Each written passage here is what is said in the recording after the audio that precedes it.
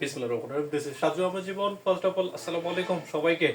আমরা পদার্থবিজ্ঞান সাবজেক্টের কাজ ক্ষমতা এবং শক্তি যে অধ্যায়টা দেওয়া আছে সেখানে হচ্ছে কাজের মানে কিছু প্রকারের ক্ষেত্রে কাজের ধনাত্মক এবং ঋণাত্মক কাজের যে প্রকার এবং ধনাত্মক এবং ঋণাত্মক কাজের মধ্যে যে পার্থক্যটা দেওয়া আছে আমরা একটা শর্টকাট ট্রিক্স থেকে পার্থক্যটা মনে রাখবো আজকে ইনশাআল্লাহ। হ্যাঁ, তো পার্থক্যটা এইভাবে মনে রাখবো। আমরা একটা কথা মনে রাখবো, শুধুমাত্র ফেস কথাটা মনে রাখবো। কি মনে রাখবো?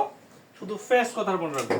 ফেস এফ দ্বারা আমরা মনে রাখবো ফোর্স, এফ ও আর সি। ফোর্স মানে কি? বল। তারপর আমরা মনে রাখবো এ মানে অ্যাক্সিলারেশন, অ্যাক্সিলারেশন। ওকে, অ্যাক্সিলারেশন মানে হচ্ছে ত্বরণ। আচ্ছা, তারপরে আমরা মনে রাখবো সি দ্বারা হচ্ছে কস থিটা মনে রাখবো। কস থিটা মানে একটা কোণের যে বিষয় দেওয়া থাকে সেটা আমরা মনে রাখবো ইনশাআল্লাহ।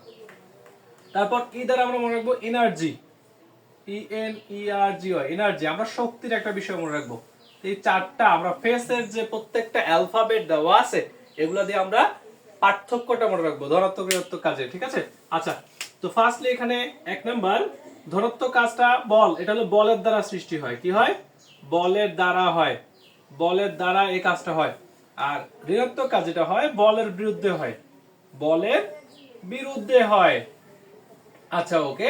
তারপরে আমরা দুই নম্বর দেখবো এ দ্বারা ত্বরণ সৃষ্টি মানে অ্যাক্সিলারেশন। তো এখানে ত্বরণ সৃষ্টি হয় ধনাত্মক কাজে। ত্বরণ কি হয়?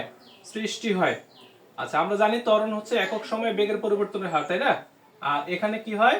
মন্দন সৃষ্টি হয়, মন্দন সৃষ্টি হয়। আচ্ছা, ওকে। তারপরে আমরা দেখবো হচ্ছে যে আমরা দেখবো এখানে cos থিটার যে বিষয় বা কোণের যে বিষয়টা থাকে সেটা হচ্ছে এরকম, 0 degree is less than theta is less than 90 degree, এই রেশিওর মধ্যে থাকবে।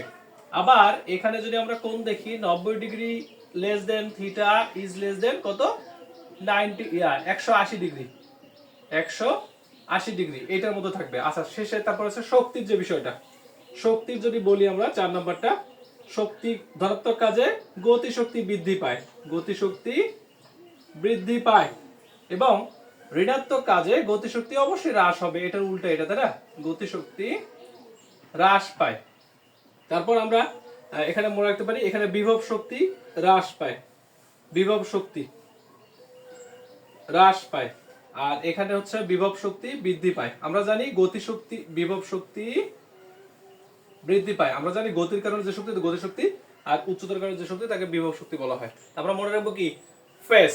ওকে, থ্যাঙ্কস ফর ওয়াচিং। আসসালামু আলাইকুম।